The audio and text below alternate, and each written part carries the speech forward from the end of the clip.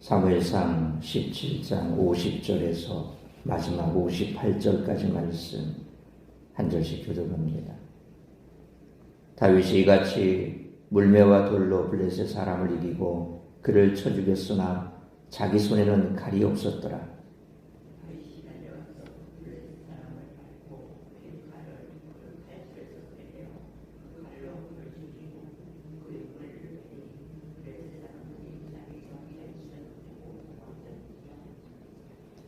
이스라엘과 유다 사람들이 일어나서 소리 지르며 블레셋 사람들을 쫓아 가이와 에그론 성문까지 이르렀고 블레셋 사람들의 부상자들은 사라임 가는 길에서부터 가드와 에그론까지 엎드러졌더라.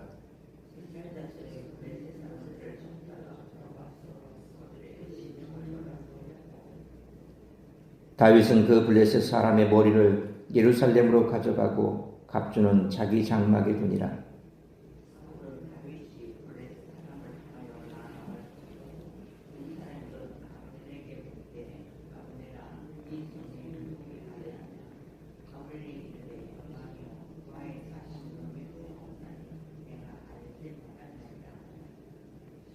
왕이 이르되 너는 이 청년이 누구의 아들인가 물어보라 하였더니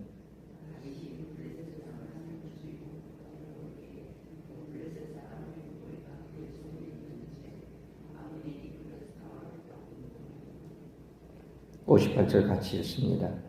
사울이 그에게 묻되 소년이여 누구의 아들이냐 하니 다윗이 대답하되 나는 주의 종 베들레헴 사람 이새의 아들이니이다 하니라. 아멘. 오늘 본문에서 우리는 세 부류의 사람들을 볼 수 있습니다. 첫째로 이스라엘 군인들입니다. 그들은 골리앗이 그들을 얕잡아 보며 1대1 전투를 제한할 때는 두려움에 사로잡혀 있었습니다. 골리앗의 외모와 엄청난 무기만 보았기 때문입니다. 그런데 다윗이 골리앗을 죽이고 블레셋 군대가 도망치기 시작하자 갑자기 기세등등해져서 그들을 뒤쫓으며 전리품을 취했습니다. 이스라엘 군대는 겉모습만 보고 부환해동하는 사람들의 모습을 대변합니다. 둘째는 사울과 아브넬입니다. 이들은 분명히 다윗을 잘 알고 있었습니다. 그들이 알고 있던 다윗은 젊고 경험도 없는 목동이었습니다. 그래서 그들은 정작 골리앗을 보고 두려워하면서 그 목동이 본 골리앗의 약점을 전혀 보지 못했습니다. 정작 다윗이 그 약점을 공격하자 아연실색하고 맙니다. 이들이 다윗을 전혀 몰랐던 사람보다 하는 그 모습에서 사람을 제대로 파악하지 못하고 판단하는 그런 사람의 모습을 봅니다. 셋째는 다윗입니다. 그는 무엇보다 이 전쟁을 거룩한 전쟁으로 규정하고 정확히 통찰하는 눈을 가지고 있었습니다. 그래서 골리앗이 아무리 거대하고 두려운 전사라도 뚫을 수 있는 약점을 간파하여 정확히 그 약점을 공략해 승리를 거두었습니다. 다윗은 1대1 전투에서 승리한 뒤에도 이스라엘의 군사들처럼 흥분하여 전리품을 탐내지 않고 묵묵히 있던 자리로 되돌아옵니다. 이 전쟁은 거룩한 전쟁으로 하나님께 영광을 돌려야 마땅하기 때문입니다. 이 모습에서 참 신앙인의 자세를 배울 수 있습니다. 그러므로 우리 또한 다윗의 이러한 신앙의 모습을 본받아야 할 줄 믿습니다. 사울이 암몬과의 전쟁에서 이겨 왕권을 확립했듯이 다윗도 골리앗과의 싸움에서 이겨 그 권위를 인정받기 시작합니다. 그러나 이제 다윗의 대적은 블레셋 장군 골리앗이 아니라 이스라엘 왕 사울로 바뀌기 시작합니다.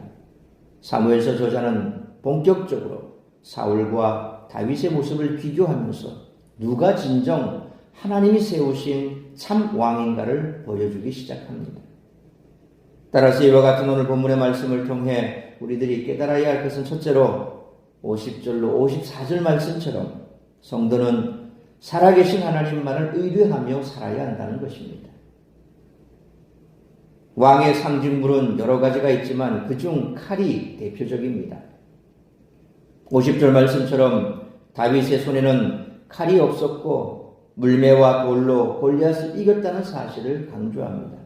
이는 그가 45절 말씀처럼 칼과 창과 단창을 의지한 것이 아니라 하나님을 의지했다는 사실을 보여주는 동시에 그의 왕위를 상징할 칼을 하나님으로부터 직접 수여받았음을 알게 합니다.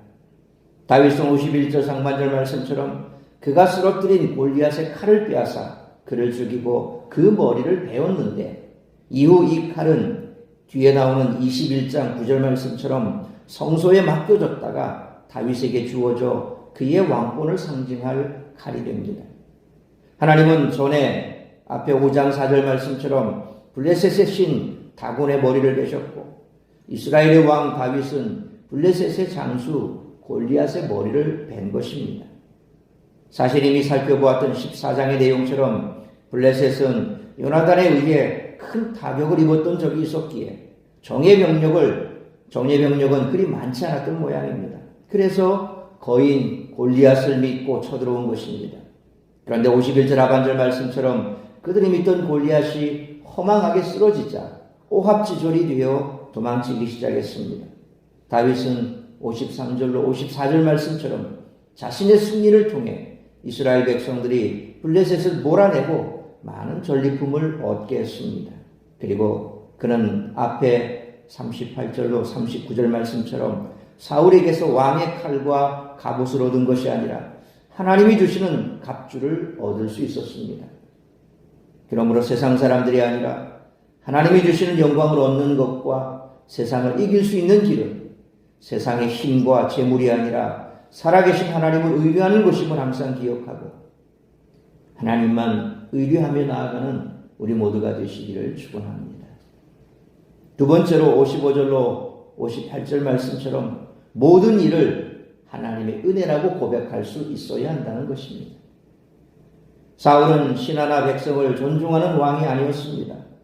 이는 14장 24절 말씀처럼 전쟁 중에 금식을 선포하고 15장 15절 그리고 21절 말씀처럼 불순종의 책임을 백성들에게 돌리는 모습에서 이미 드러났습니다. 사울은 55절 56절 말씀처럼 골리앗 앞에 나선 소년이 자기가 악령에 시달릴 때마다 가까운 곳에서 수금을 탔던 소년인지도 잘 모르고 있습니다. 그러니까 16장 21절 말씀처럼 다윗을 처음 만나 수금 연주를 들었을 때 마음에 들어 하기는 했지만 그를 귀히 여기는 마음은 전혀 없었던 것이죠. 이제 다윗은 57절 말씀처럼 골리앗의 머리를 들고 사울 앞에 섰는데 이는 누가 더 강한가를 분명하게 보여주는 장면입니다.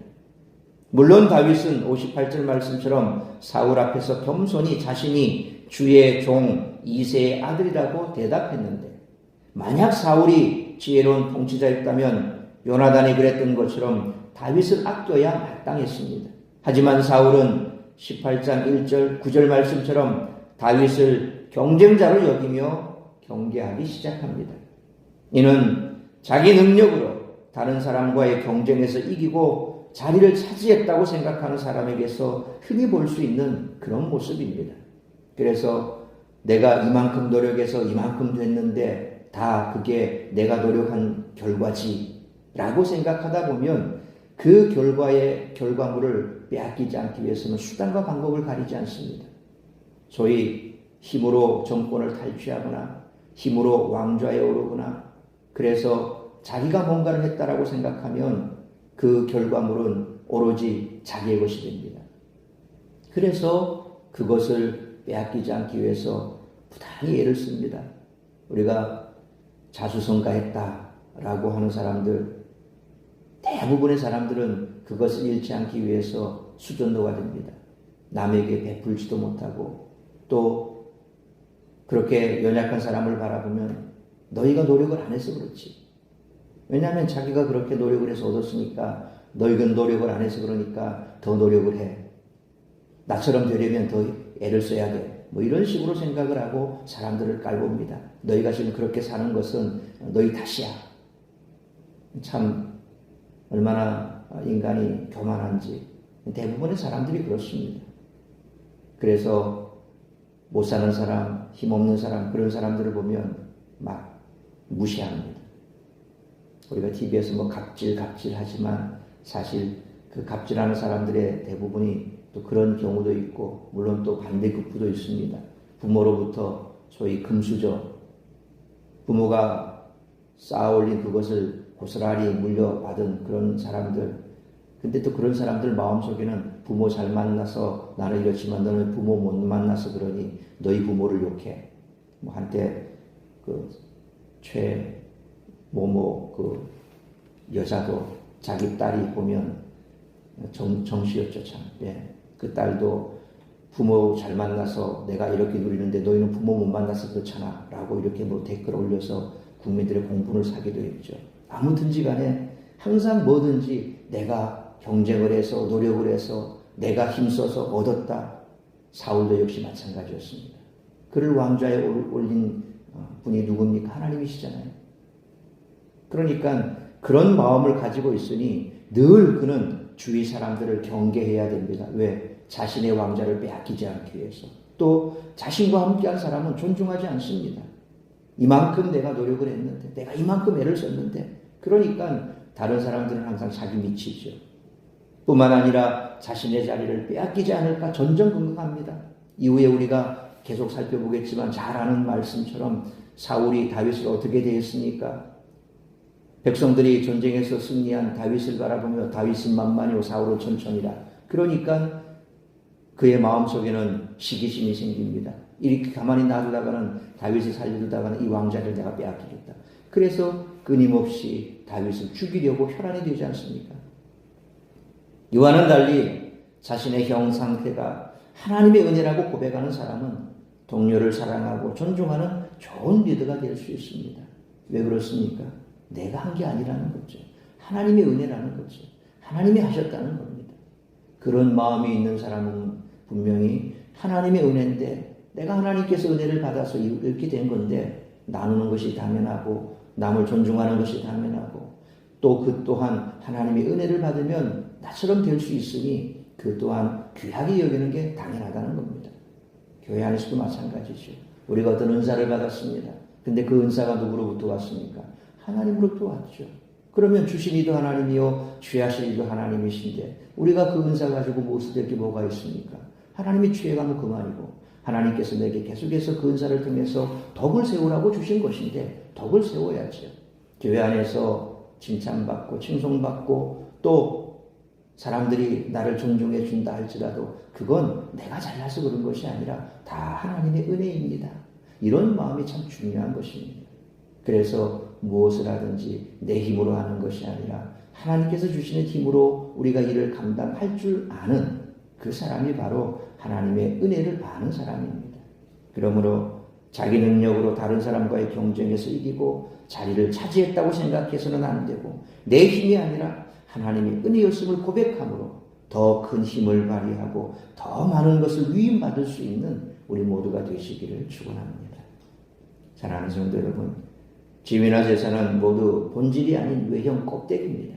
그런데 사람들은 그 껍데기를 잃지 않으려고 본질인 목숨을 겁니다. 본질에 집중한 다윗은 하나님을 위한 왕이 되었고 왕의 자리만 집착한 사울은 모두 잃어버렸습니다.